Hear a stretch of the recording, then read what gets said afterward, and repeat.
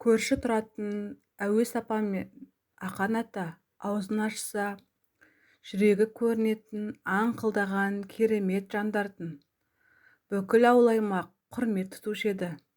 Тек менің әжем ғана әуестің атын естісе тыжырынып қалушы еді.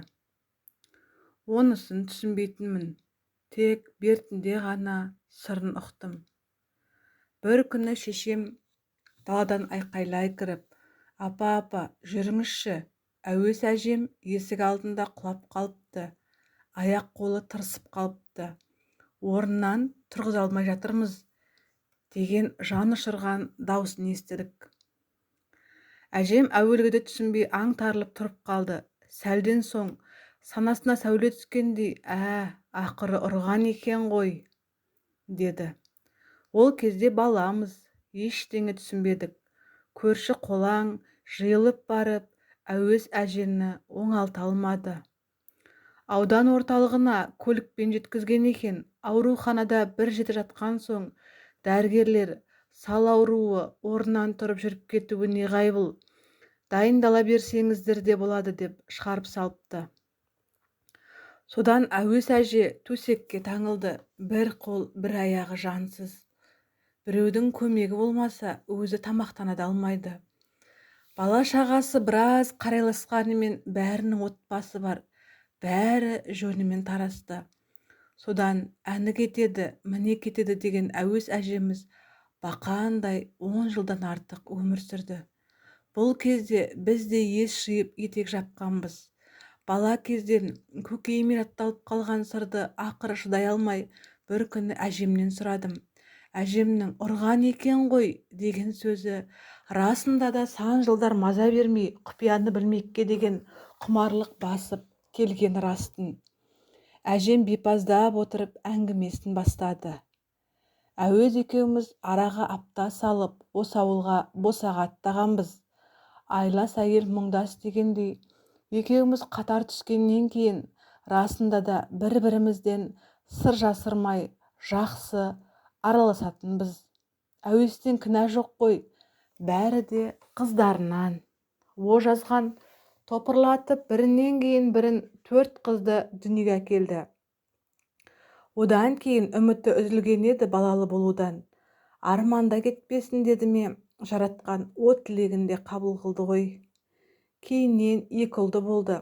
Қыздары әуестің сорына қарай жігіт құмар болды шетінен. Аңдығандары көше, той томалақтан қалмайды. Үнемі желігіп жүріп жүкті болып қалды. Оны әйелі өлген еркекке күйеуге беріп құтылды әйтеуір үлкенін. Екіншісі де алдыңғы арбаның соңынан кетті.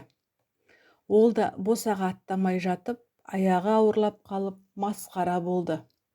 Ол кездері қыздың оң жақта отырып жүкті болғаны масқара іс саналатын. Ауыл біткен бетіне түкіріп, ол үйден 6 қадам ары жүретін. Мұндай масқараға шыдай алмағандары көшіп те кететін. Жымын білдірмей мұнысында ұзатпақ болды, бірақ қолайлы адам табылмады.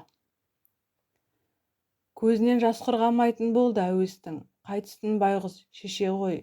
Ішінен шыққан шұбар жыланын не өлтіріп тастай алмайды, не қуып жібере алмайды. Сөйтіп дымы құрыды ғой. Айы күні жетіп отырған қызын ең болмаса әпкесінің үйіне барып босансын деді ме, 2 кештің ортасында жолға шығады ғой. Ол кезде көлік деген атымен жоқ. Атымен арбасы барлар бай саналатын заман ол кезде. Содан жаяулап жалпылап келе жатқандарында қызының толғағы басталады. Айдала, егіс ортасы, жан баласы жоқ.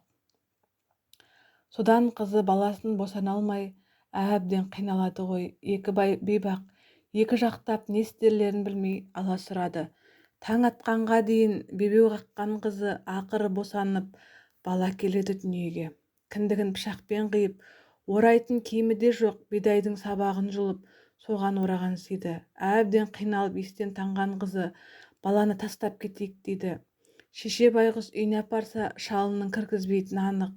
Ешқайда сыймасын және біледі. Қимаса да амалсыз қыздың айтқанына көнеді. Сөйтіп айдалаға бидайдың арасына баланы тастап жөнеп кетеді. Бірнеше шақырымға ұзағанға дейін баланың шырқырап жылаған даусы айналаны шуға бөлеп тұрыпты. Бірақ жүрегі тастан жарылған ба, екеуі де артқа қайырылмай кете барған ғой. Баланы қасқыр жеп кетті ме, жоқ біреу тауып алды ма, ешкім білмейді. Ауылға келген соң әуес мұны ешкімге айтпа деп жылап отырып жырғып жеткізді. Оның соншалықты тас мейірлігіне көңілім қалған, мен содан оған қайтып жібіген емеспін, деді әжем. Әжемнің әуес әжеге неге тыжырынатынын енді түсінгендей болдым. Расында әжем айтқандай әуес әжені баланың киесі ұрған шығар. Кім білген? Өмірінің соңына дейін не жүре алмай, не тұра алмай, әбден қиналып барып өмірден өтті байғұс. Бұл әңгіме көп адамға сабақ болар деп ойлаймын.